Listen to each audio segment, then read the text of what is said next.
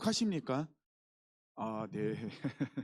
요즘 그 행복이라는 찬양이 자꾸 이제 귀 속에 맴도는데 오늘 말씀하고는 조금 동떨어지진 제목이 있지 않을까 싶은 생각도 드는데 어 근데 이 말씀 제목 정하기가 되게 어려운 거 아시죠? 되게 어려워요. 아 참, 먼저 하기 전에 광고가 있습니다. 우리 고민재 집사님이 지금 병원에 입원하셨어요. 그 요양병원에 입원했는데 계속해서 기도해 주시길 바랍니다. 그래서 거기서 치료 잘 될 수 있도록 좀 기도 좀 해주시고, 병원비가 좀 걱정이 되긴 하는데 뭐 국가에서 지원이 된다고는 하는데 100% 되는지 잘 모르겠어요. 그래서 좀 이걸 알아봐야 될 것 같아요. 그래서 우리 고민자 입사님에서 끝까지 계속 기도해 주시고, 우리 항상 9시에 기도하기로 했잖아요. 그때 기도 못 하신 분은 그냥 하루 중에 계속 생각날 때마다 기도해 주시고요. 또 한 분 우리 기도해 주셔야 되는데, 우리 임원길 성도님 아시죠? 임원길 황은영 성도님, 이 두 분이 아직 9월 달에 결혼할 텐데, 임원길 성도님이 수술을 했어요. 2주 전에 소장에 종양이 발견되는데 종양이 10cm나 된대요. 오, 엄청 큰. 그래서 소장을 한 5cm 정도 잘라냈다고 하더라고요. 그래서 종양을 잘라내고 개복 수술을 했다고 합니다. 그리고 종양을 이제 조직 검사가 들어갔는데 아직 결과는 안 나왔대요. 이번 주 다음 주까지는 조금 이렇게 쉬고 그다음에 이제 출근할 계획이라고 하는데 계속해서 기도해 주시기 바랍니다. 아픈 분들이 계속 이게 생기고 있는 걸 봐서는 좀 기도를 더 많이 해야겠다 싶은 생각이 듭니다. 어찌 보면 하나님이 우리에게 또 기도하라는 또 사인을 주시는 것 같기도 해요. 저는 지난주에도 잠깐 말씀드린 것 같은데 초대교회가 환란이 있을 때는 정말로 타락하지 않고 타협하지 않고 정말 복음 안에 굳건히 서 있었는데, 교회가 타락하기 또 타협하기 시작한 데는 이제 313년에 이제 국교화되면서 교회가 국가 공인으로 보호를 받으면서부터 그때부터 이제 교회가 타락하게 되거든요. 타협하기 시작하게 되거든요. 물론 이제 콘스탄틴 황제가 이 교회를 이제 인정하는 것은 정치적 의도도 많이 있었어요. 물론 그냥 종교가 있어서 한 건 아니지만 어쨌든 교회가 좀 핍박이 없어지고 평안하게 지면서부터 기도하지 않고 말씀 읽지 않고 말씀을 살아내지 않게 되면 무너질 수밖에 없는, 타협하게 되는 그런 일들이 들어오게 됩니다. 그러니까 교회는 기도하지 않으면은 교회는 안 됩니다. 그렇기 때문에 늘 기도해 주시고, 또 우리가 말씀 안에 굳건히 서 있을 수 있도록 우리 전교인 또 성경 말씀 있는 것도 계속해 주시면 되겠습니다. 요즘 뭐 소선지서 금방금방 읽으시잖아요. 뭐 어렵지 않고. 그리고 이제 또 마태복음 이게 신약으로 넘어가면 또 금방 읽게 됩니다. 그래서 아마 10월 말 정도면은 이제 통독이 끝날 것 같아요. 우리 마지막까지 승리했으면 좋겠습니다. 지난주에는 이제 말씀이 기억나십니까? 이제 성령의 소욕과 육신의 소욕이 우리가 늘 싸우고 있다고. 그렇기 때문에 우리는 늘 말씀 안에 거하지 않으면 육신의 소욕이 저를 이끌어갈 수밖에 없어요. 저도 이제 휴가는 기간이었지만은 이제 제가 특별히 어디 가기보다는 집에 좀 있으면 좀 쉬기도 하고 좀 그랬거든요. 그런데 이제 며칠 전에 요 교회 앞에 검은 봉투 하나가 떨어져 있더라고요. 그냥 저는 그냥 봉투인 줄 알았, 이게 비닐 봉투인데 알았는데 한 하루 이틀 지났는데 그게 계속 있더라고요. 그럼 저 치워야겠구나 생각을 했는데 제 안에 또 이게 좀 게으른 마음이 있었어요. 저 뭐 누가 좀 치우겠지라는 생각이 또 있었는데 안 치웠어요. 안 치웠더니 일이 터졌죠. 어떤 일이 터졌냐면 그 검정 봉투 안에 수박 쓰레기가 들어가 있더라고요. 와, 그걸 차가 밟고 지나가 터져 버리는 거예요. 길바닥에 딱 입 벌리고 터져 있더라고요. 그래서 또 회개했죠. 볼 때 치울 걸. 눈에 들어올 때 치울 걸. 왜 그때 안 치우고 가고 또 이렇게 바닥에 붙어 있는 것도 손으로 이렇게 장갑끼 긁어내면서 볼 때 치웠으면 이 고생을 안 하는데 내가 왜 그때 순종을 안 하고. 참 어렵다. 이게 하나님 말씀 순종한다는 게 이게 참 너무 어렵다라는 걸 또 한번 경험했습니다. 그래서 어차피 그 바닥에 떨어진 거 치우는 길에 주변에 여기 밤에 쓰레기 많더라고요. 그 쓰레기 주스러 갔는데 왜 피자를 먹고 길바닥에 버리고 간 거예요. 그래갖고 막 더 이렇게 퍼져 있는 거예요. 바람 부니까. 그래서 그 치우면서 아 속상하다 진짜. 우리 사람들 왜 그러는 거예요 도대체 막 그러면서 이게 치우는데 어 항상 참 치열하게 싸우는 것 같아요. 아 성령의 서욕과 육신의 서욕. 이 작은 것 하나부터 눈에 보일 때마다 순종해야 되는데 보일 때 순종했으면 쉽게 끝날 일을 이게 참 어렵구나 생각을 하면서 또 치우고 또 말씀을 준비했습니다. 세상을 바라볼 때 좀 답답한 부분이 많아요. 어제 어제였죠. 8월 15일 광복절. 이 광복절이면은 골치 아픈 일이 일어나는 거 아시죠? 매년 일어나는 거 뭔지 아십니까? 폭주족. 이 폭주족이 그렇게 난리를 쳐요. 이제 막 그러면서 오늘 뉴스를 보니까 어제 또 폭주족 난리 쳤더라고요. 이 폭주족들이 얼마나 난리 쳤는지 사거리를 지들 안방인형 뺑글뺑글 도는 거예요. 이 폭주족들이. 오토바이를 타고 한 15대 20대 정도가 계속 도는 거예요. 그러니까 차들이 사거리에서 움직이지를 못해요. 그러니까 경찰들은 세우라고 말은 하는데 그 사람들이 서겠습니까? 그러니까는 그 모습을 보면서 댓글도 이제 보니까 장난 아니더라고요. 뭐 실탄을 쏴서 막 잡아야 된다 막 이런 것들. 뭐 이런 얘기도 있고 그 사람들은 뭐 법을 따르지 않죠. 경찰이 멈추지 않겠죠. 뭐 조롱하면서 도망 다니기도 하고. 그 범죄자들의 모습을 보면은 또 범죄자들의 인권은 굉장히 존중해 주는 것 같은데 피해자들 같은 경우는 무참히 밟히는 경우들이 너무 많은 것 같아요. 그런 모습 보면서 법이 더 강력해졌으면 좋겠다. 막 사형제대도 막 다시 부활됐으면 좋겠다. 막 이런 마음들 우리 안에 막 올라오잖아요. 근데 한편으로는 법이 강력해진다고 그 사람들을 족족 죽이면 죽이는 대로 범죄가 없어질까라고 생각하면 또 그건 아니에요. 어떤 드라마가 있었어요. 제가 그 드라마 제목은 생각 안 나는데 이 드라마 끝까지 본 건 아닌데 이 드라마는 어떤 드라마였냐면요. 어떤 사람이 범죄를 저질렀어요. 이 사람이 어떤 범죄를 저질렀냐면 사람을 칼로 사람을 살인했습니다. 근데 어떤 벌을 받냐면요. 이 가상으로 이게 물질을 주입하고 이 VR 안경을 쓰면은 똑같이 고통을 당하는 거예요. 이 사람이 똑같이 그렇게 칼로 배임을 당하고 칼로 찔리는 그런 형벌을 받는 거예요. 그러니까 처음에는 유족들도 그 모습을 보면서 처음에 이 사람이 막 고통스러운 진짜로 자기가 찔리는 것 같은 고통과 이런 것들을 느끼는 거예요. 현실로 와서 자기가 그런 공포를 느끼는 거예요. 살인마가 자기를 막 쫓아오면 이 사람이 도망 다니면서 결국은 잡혀서 그렇게 무참히 살해당하는. 그러니까 첫 번째 형틀 그런 벌을 5번을 벌을 받는데 첫 번째 벌을 받았을 때 이 사람을 보고 있던 유족들은 마음의 한편으로는 위로를 받는 거예요.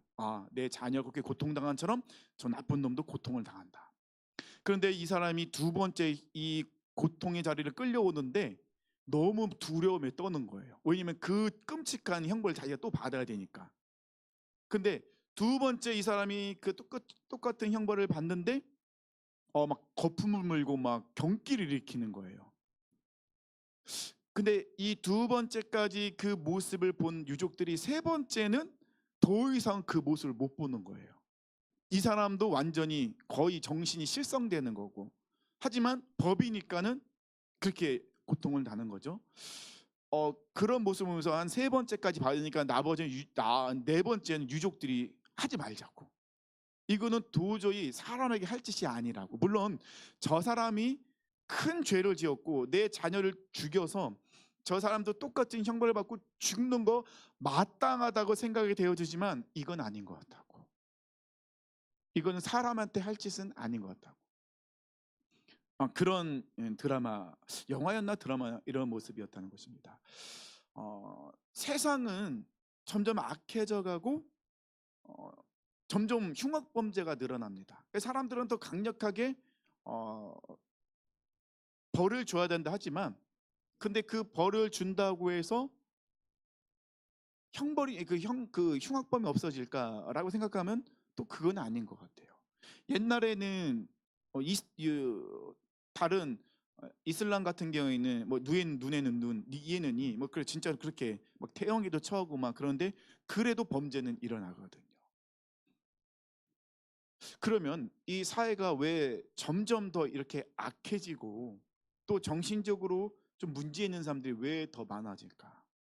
왜 갑질은 늘어나게 되는 것이고 왜 이런 일이 일어날까라고 생각해 보았을 때 어, 교회가 교회답지 못한 모습이 너무 많기 때문에, 한편으로는 그리스도인들이 그리스도인답지 못한 모습이 너무 많기 때문에 이런 일들이 일어나지 않을까라는 또 생각도 해봅니다. 어찌 보면 이것은 이 사회적인 문제라 이야기할 수 있겠지만 인간의 법으로는 한계가 있다는 것입니다.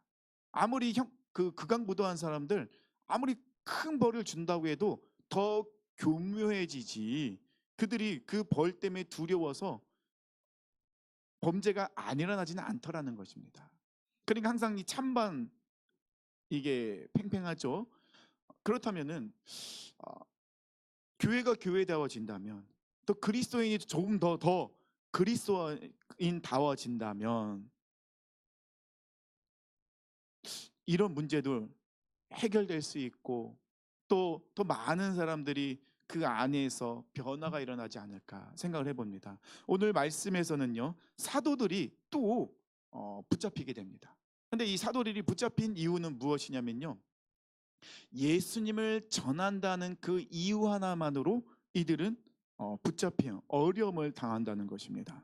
17절 18절 말씀 보니까요, 대제사장들과 그와 함께 있는 사람 즉 사두개인의 당파가 다 마음에 시기가 가득하여 일어나서 사도들을 잡아다가 옥에 가두었더니, 말씀해 보면요, 사도들이 지은 죄명이 나오질 않아요. 그 말은 뭡니까? 사도들은 특별한 죄를 짓지 않았어요. 잘못을 한 것이 없어요. 그럼에도 불구하고 이들은 지금 법정 앞에 서 있습니다. 이들은 왜 법정에 서 있습니까? 간단해요. 하나밖에 없어요. 이들이 예수님을 전했기 때문에. 예수님을 전함으로 인하여서 능력과 기적이 일어나다 보니 그들이 마음에 시기가 가득하여서 또 사도들을 잡아다가 옥에 가두었다는 것입니다. 사도들이 당하는 고난은 여전히 예수 그리스도 때문에 고난을 당하고 있습니다. 사도들은요, 계속해서 핍박을 당하고 고난을 당하고 옥에 가두어지는데, 근데 그들이 옥에 가는 핍박을 당하는 이유는 딱 하나밖에 없어요. 예수 그리스도. 어찌 보면 우리도 이 말씀 속에서 생각해야 될 건 뭐냐면요, 포기할 게 있어요. 우리에게요. 우리는 평안한 삶은 포기해야 돼요. 어쩔 수 없어요. 우리는 그리스도인이기 때문에, 우리는 예수님을 믿는 사람들이기 때문에 이 세상에서 편하게 살려는 마음은 일찌감치 버리시는 게 좋습니다.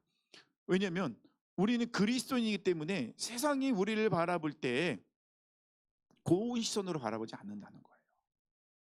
어떤 목사님이 이런 얘기를 하더라고요. 우리는 영적인 호구가 되어야 된다고. 우리는 능력 있는 호구가 되어야 된다고. 그런 얘기를 하시더라고요. 저희 공부할 때마다 선생님들이 자주 하시는 말씀이 있었어요. 공부해서 남주냐. 이런 얘기 굉장히 많이 하셨거든요. 근데 이게 성경적으로는 맞지 않더라고요. 그래서 성경적으로 이제 바꿔서 어떤 선교사님이 말씀하시더라고요. 공부해서 남주자. 이게 더 성경적으로 맞는다는 것이죠. 우리가 돈 벌어서 남 주려고 돈 버는 거 아니잖아요. 근데 우리는 돈 벌어서 남 주려고 돈벌을 벌어야 된다. 그러니까 우리 가치관이 바꿔야 된다는 것이죠. 근데 이 목사님도 똑같은 거예요. 우리는 영적인 능력 있는 호구가 돼야 되는데요. 그 힘이 없고 그런 호구가 말고 정말 똑똑하고 그리고 가치관이 분명하고 힘이 있는 호구가 되자는 거예요. 내가 그냥 어수룩해서 이용당하는 것이 아니라 나는 하나님을 위해서 그냥 그런 호구가 되겠다는 결단이 우리 안에 있어야 된다는 것입니다. 그래서 우리는 공부해서 남 줘야 되고, 그리고 우리는 돈 벌어서 남 도와줘야 되고, 그런 모습이 우리 안에 있어야 된다는, 그것이 진정한 그리스도인이라는 것이죠. 그래서 그리스도인들은 이 사도 초대교회 성도들의 모습을 보면요, 법정에 설 때 그들이 무슨 일인가 잘못해서 법정에 서지 않아요. 그들이 법정에 서는 이유는 딱 하나밖에 없어요. 예수님 때문에 법정에 서는 것밖에 없었다는 것입니다. 그래서 이 초대교회 성도들 옆에 있는 많은 사람들은 항상 이 초대교회 성도들을 칭찬해요. 그들은 항상 언행이 동일했거든요. 말하는 거와 행동하는 것이 똑같았다는 것입니다. 우리는 보면은 생활 보면 똑같은 생활을 하게 됩니다. 매일 새벽 예배 드리죠. 수요일마다 수요 예배 나오십니다. 금요일엔 금요 기도에 나오시죠. 또 토요일에는 뭐 주방 봉사도 하고 청소도 하고 주일에는 또 주일 예배 나옵니다. 매주 똑같은 일을 다람쥐 쳇바퀴 돌듯이 반복하고 있다는 것입니다. 근데 그 가운데서 똑같은 그런 반복되는 생활 속에서 우리 성도님들은 그 생활이 질리진 않습니까? 또 수예배 가면 또 뭐 똑같이 찬양하고 또 똑같이 말씀 똑같이 뭐 기도할 텐데 금요 기도회 가면 또 똑같은 기도장으로도 기도할 텐데 굳이 갈 필요 있을까라는 그런 마음이 혹시 들어오진 않으십니까? 다행입니다. 들어오시면 그런 마음 들면 안 됩니다. 우리는 하나님은 이 시간들을 우리에게 주신 선물로 생각해야 된다는 것입니다. 초대교회 성도들도요 거의 똑같은 패턴이었어요. 성령 받으면요 그들이 밖에 나가서 복음을 전했습니다. 복음을 전하면요 능력이 나타났습니다. 능력이 나타나 어떻게 되죠? 그들은 핍박을 당해요. 똑같은 일이 거의 패턴처럼 반복이 돼요. 그들도 핍박을 당해요. 막 고통을 당합니다. 어려움을 당합니다. 협박을 당해요. 풀려나요. 그럼 그들은 또 기뻐해요. 좋다고. 왜 좋을까요? 아니 그렇게 그들은 굳이 그렇게 핍박을 당하고 매를 맞을 필요도 없고 어려움을 당할 수도 없는데 그런데 그렇게 어려움 당하고 돌아오면 너무 좋대요. 그러니까 기뻐해요. 막 다 찬양하고 막 하나님 예배해요. 하나님 때문에 그렇게 고통당하는데. 근데 이런 것들이 굉장히 반복적으로 일어나고 있다는 것입니다. 근데 초대교회 성도들은요 반복적으로 일어나는 일 가운데서 그들은 똑같은 일을 가지고 뭐라고 해야 되죠? 지겨워하지 않는다는 것입니다. 왜냐하면 이들 마음속에는 어떤 마음이 있었냐면 마라나타라는 그런 종말론적인 사상을 갖고 있었어요. 예수님이 언제 오실지 모르는. 그럼 예수님은 내일 오실지도 모르기 때문에 오늘 똑같은 나의 그 반복되는 일상 가운데서 오늘이 마지막일 수도 있다라는 생각을 갖고 있었어요. 그러다 보니까는 이들에게는 오늘 똑같은 일이 일어나는 것이 그냥 무조건 반복되는 생활이다라고 생각한 것이 아니라 하나님께 나에게 하루라는 또 선물을 주셨구나. 이 하루라는 선물 속에서 내가 어제와 똑같은 일을 하지만 이것이 오늘이 마지막일 수도 있기 때문에 그 일에 그들은 믿음으로 최선을 다했다는 것입니다. 근데 우리도 그런 마음을 갖고 있어야 된다는 것입니다. 오늘이 마지막일 수도 있다. 그런 모습을 가장 잘 보여준 사람이 누구냐? 사도 바울이었어요. 사도 바울은요 내일을 생각하지 않는 그런 사역을 했던 사람이에요. 오늘 마지막일 수도 있다. 오늘 끝날 수도 있다라는 생각을 했기 때문에 사도 바울은 오늘 하루 자기에게 주어진 일에 대해서 목숨을 걸고 최선을 다했다는 것입니다. 그리고 그 내일 시간이 주어지면 그는 또 하나님께서 주신 그 하루 감사하면서 선물로 생각하며 또 최선을 다해서 밖에 나가서 영혼들을 만나고 복음을 전하는 그런 삶을 살았다는 것입니다. 종교 지도자들은 이 사도들을 붙잡습니다. 왜냐하면 사도들이 예수님을 전하면 많은 사람들이 예수님께로 돌아가게 되고 귀신이 쫓겨나게 되고 병자가 고침받으니까 사람들이 많은 사도들을 따라가게 되었다는 것입니다. 자신들이 누리고 있는 것을 다 잃어버릴 수 있고 모든 것이 사라지는 수밖에 없다는 그 두려움 속에서 이 사도들은 그들을 붙잡은 것이죠. 어찌 보면은 이 종교 지도자들이 사도들을 붙잡은 이유는 이 사도들의 모습 속에서 예수 그리스도의 모습을 보지 않았나라는 생각을 하게 됩니다. 어떤 말씀에서 그런 것을 느끼게 됐냐면요. 사도들이 이 종교 지도자들이 사도들을 붙잡으면서 그들에게 이야기를 하거든요. 뭐라고 이야기하냐면요.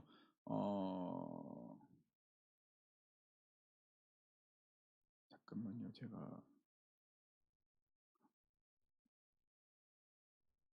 28절입니다. 이르되 우리가 이 이름으로 사람을 가르치지 말라고 언금하였으되 너희가 너희 가르침을 예루살렘에 가득하게 하니 이 사람의 피를 우리에게로 돌리고자 합니다. 이 사람의 피가 누굽니까? 예수님의 피거든요. 그러니까는 이 사도들이 예수님의 이름을 정하고 예수님의 이름이 선포될 때 귀신이 쫓겨나고 병자들이 낫는 모습을 보면서 이 종교 지도자들은 너무 겁이 나는 거예요.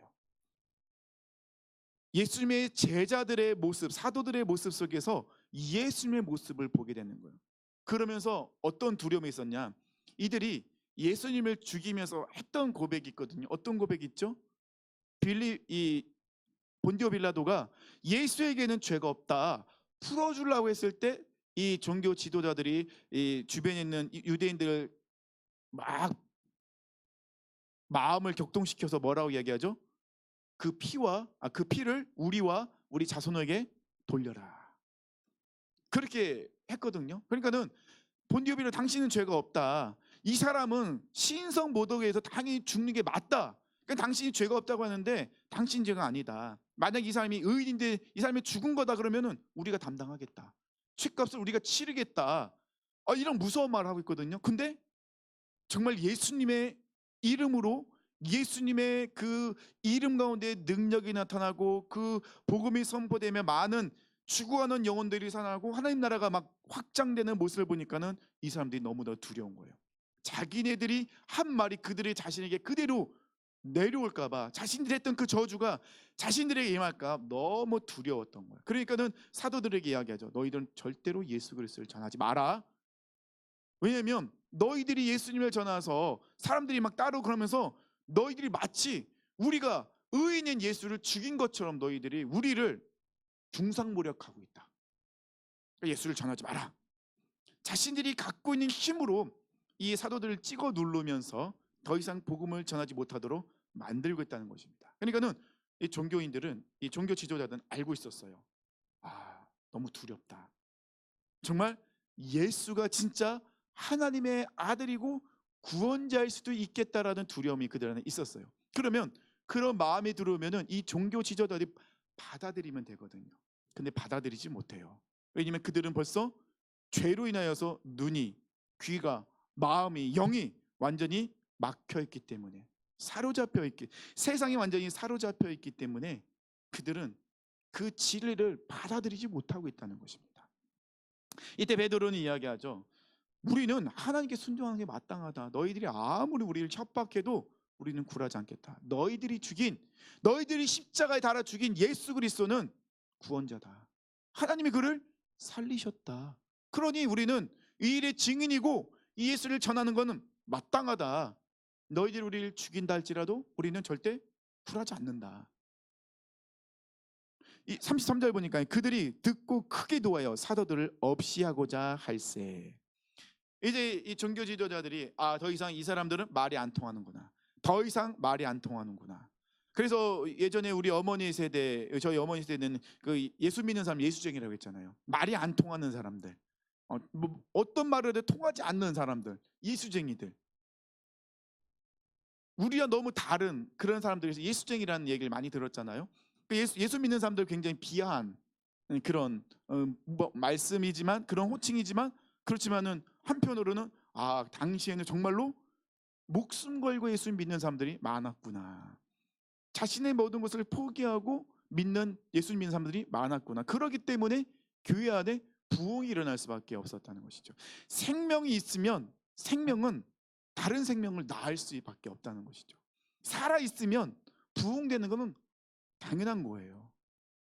그냥 숫자적 부흥이 아니라 영적으로 살아있기 때문에, 생명이 있기 때문에 생명이 전달되어진다는 것이죠. 이제는 정말 사도들이 죽을 수밖에 없는 상황에 놓여 있을 때 하나님께 굉장히 놀랍게 역사를 해서요. 34절에 보니까요. 바리새인 가말리엘은 율법 교사로서 모든 백성에게 존경을 받는 자라 공회 중에 일어나 명하여 사도들 잠깐 밖에 나가게 하고, 하나님께서 가말리엘을 통해서 놀랍게 역사하세요. 이 가말리엘은 어떤 사람이냐? 그 당시 율법 교사인데요. 굉장히 영향력 있는 사람이었어요. 사도 바울이 가말리엘에서 공부를 했잖아요. 굉장히 영향력 있는 사람인데, 이 가말리엘은요 어떤 말을 하게 되면요 두 가지 얘기죠. 자, 여러분 잘 들어보시죠. 예전에 어떤 사람들이 일어나서 자기를 마치 구원자인 것처럼 이야기하면서 일어난 사람들이 있었는데, 그 사람이 일어났을 때 그 사람을 따르는 사람들이 있었습니다.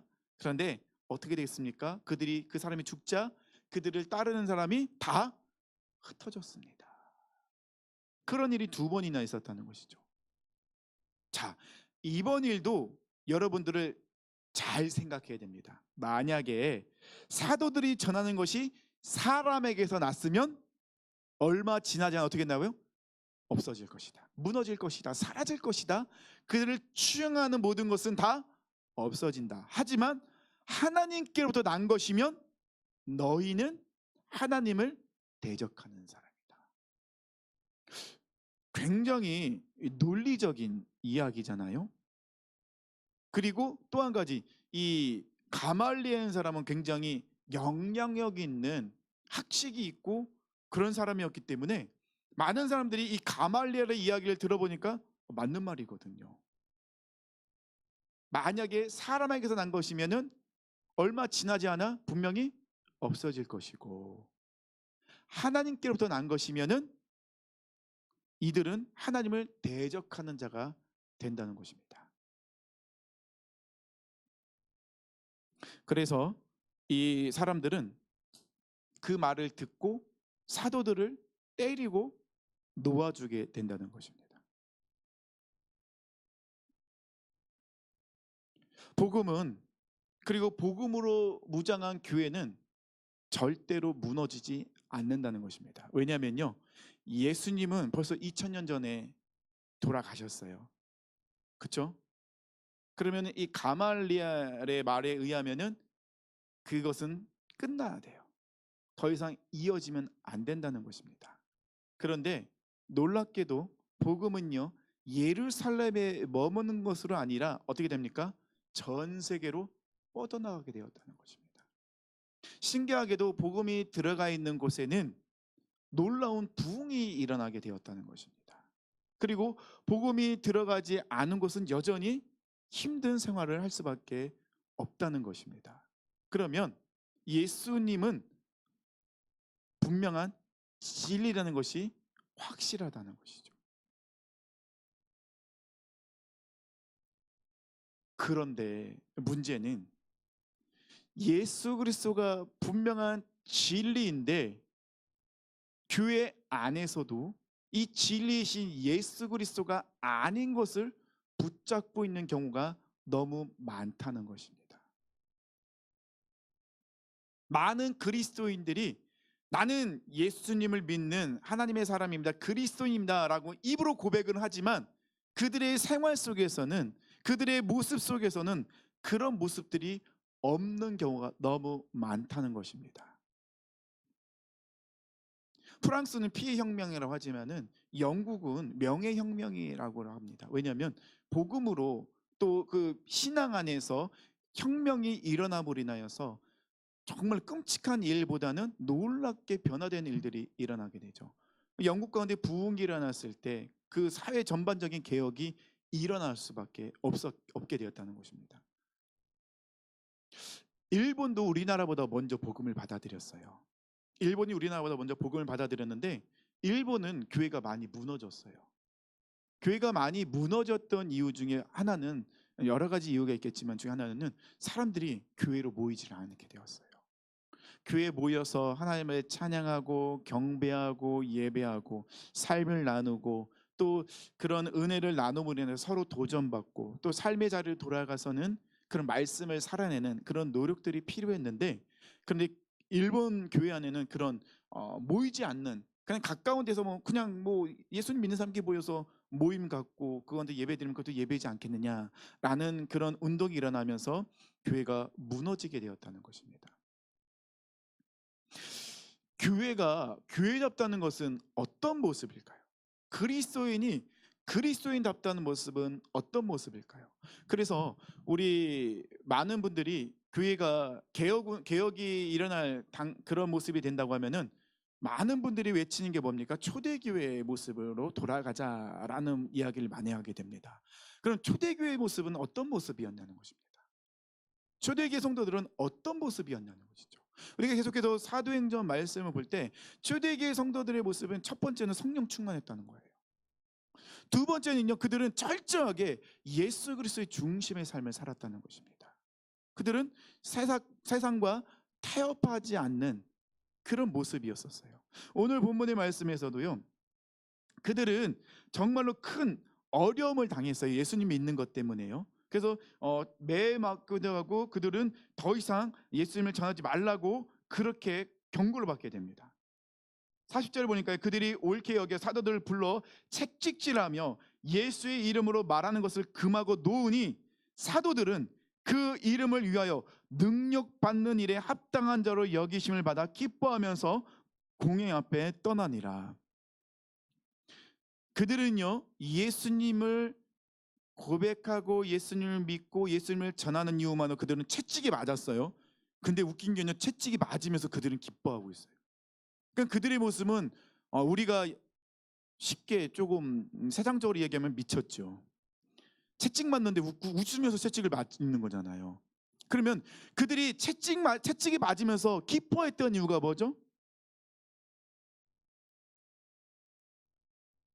예수님을 믿는 자라는 그들의 인정함, 인정함을 받은 것이 너무나도 기뻤다는 것이. 그들이 능력받는 이유가 예수님 때문에 능력받는 것에 대해서 그들은 기뻐했다는 거예요. 왜냐하면 우리가 정말로 예수 그리스도를 확실히 정확하게 잘 믿고 잘 전하고 있구나.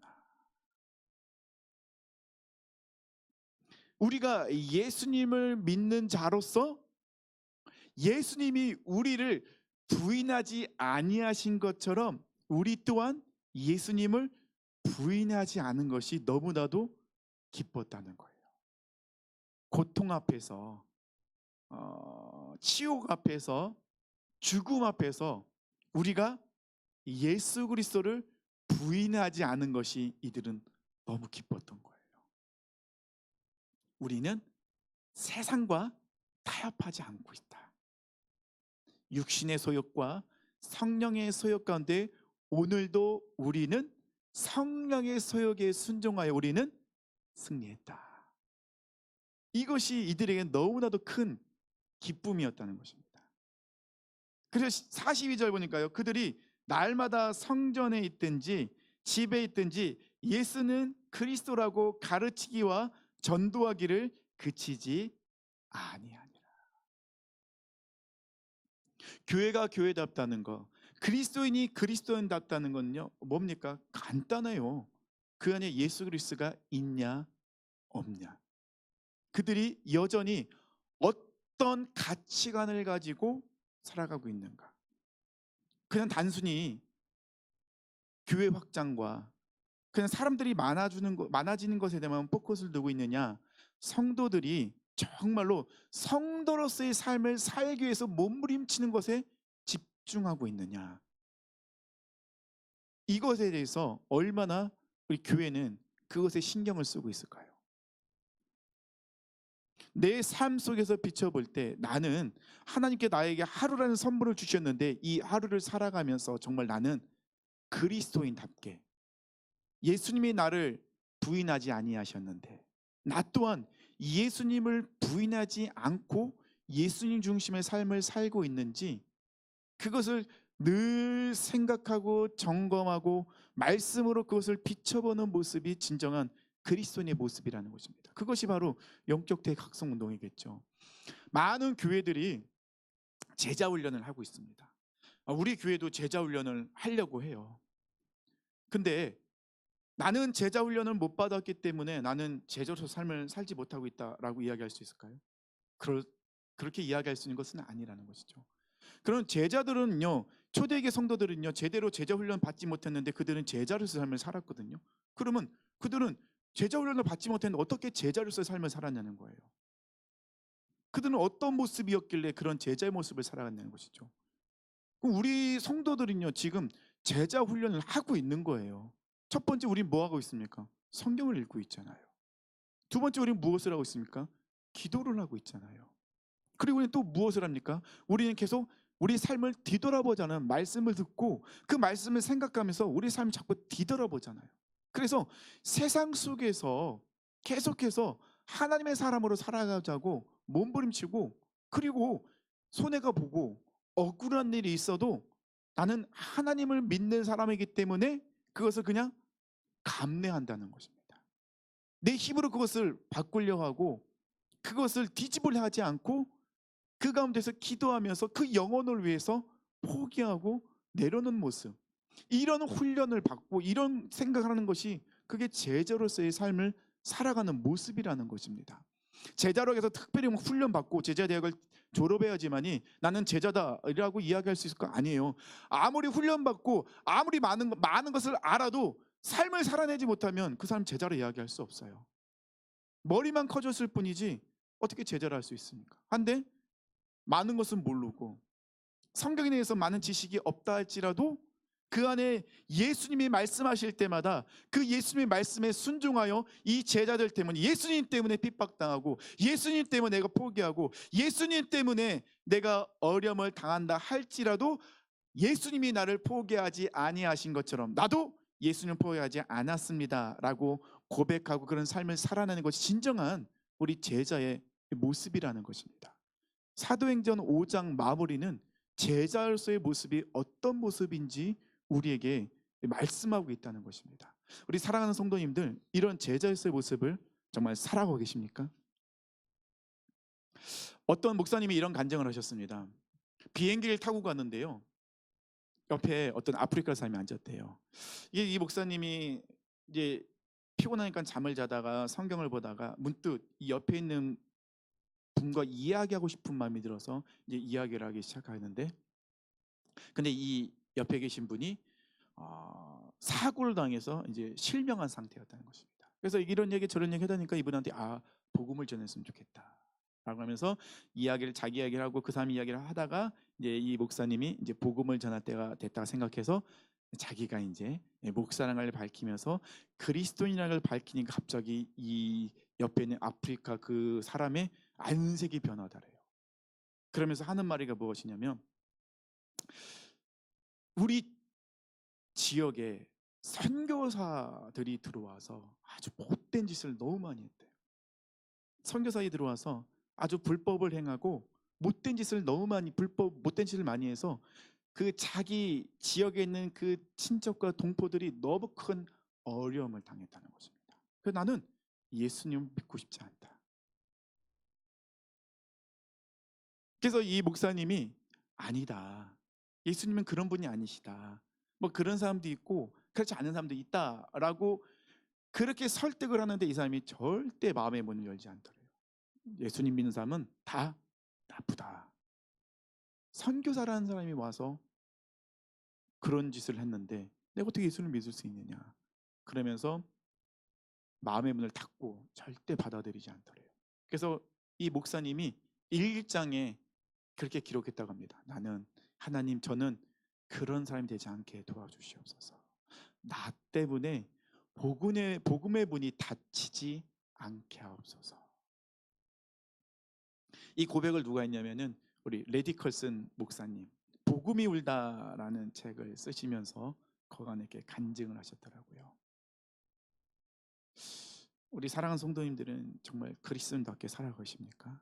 예수님 때문에 어려움 당하시고 핍박 당하시고 예수님 때문에 손해를 보는 것에 대해서 전혀 개의치 아니하시고 그 가운데서도 감사하고 그 가운데서도 세상과 타협하지 않는 그런 모습을 살아가고 계십니까? 초대교회 사도들은요, 예수님 때문에 채찍을 맞으면서 기뻐했어요. 그리고 돌아가서 사람들과 같이 내가 예수님 때문에 이렇게 어려움을 당했지만 우리는 여전히 예수님을 부인하지 않았습니다. 이들은 또 붙잡혀갈 거 알면서도, 채찍에 맞을 거 알면서도 다시 어떻게 하냐면 그 다음날 또다시 하던 대로 똑같이 밖에 나가서 예수님을 전합니다. 예수님은 구원자라고 하나님 우리에게 보내주신 그리스도라고 전하는 삶을 살았다는 것입니다. 이들 안에 이런 삶이 기쁨이지 않았다면 이런 삶을 살았을까요? 이들은 그런 삶 속에서 진정한 행복을 느꼈던 것 같아요. 하나님의 사람으로 살아가는, 하나님의 자녀로 살아가는 것에 대해서 이들은 너무나도 행복했던 것 같아요. 행복하지 않았다면은 이 초대교회 성도들이 그런 삶을 계속 살았을까요? 세상이 줄 수 없는, 물질이 줄 수 없는, 사람이 줄 수 없는, 그 어떤 것이 줄 수 없는 기쁨과 평안과 행복이 그 안에 가득했기 때문에 그들은 그런 것에 타협하지 않고 넘어지지 않고 진정한 행복을 누리며 살았는데, 이들의 삶은 매일매일 행복했다는 겁니다. 날마다. 그래서 이 초대교회 모습에 보면 날마다라는 단어가 참 많이 나와요. 날마다 모이게 힘쓰더라. 날마다 복음을 전하더라. 날마다 기도하더라. 날마다라는 단어가 참 많이 나와요. 우리 사랑하는 성도님도 날마다 예수님 때문에 환경과 또 여러 가지 사람과 여러 가지 문제 때문에 어려워지고 힘들어진 것이 아니라, 그런 것에 상관없이 예수님 때문에 늘 행복한 삶을 사시는, 그런 능력 있는 삶을 사시는 우리 성도님 되시길 축원합니다.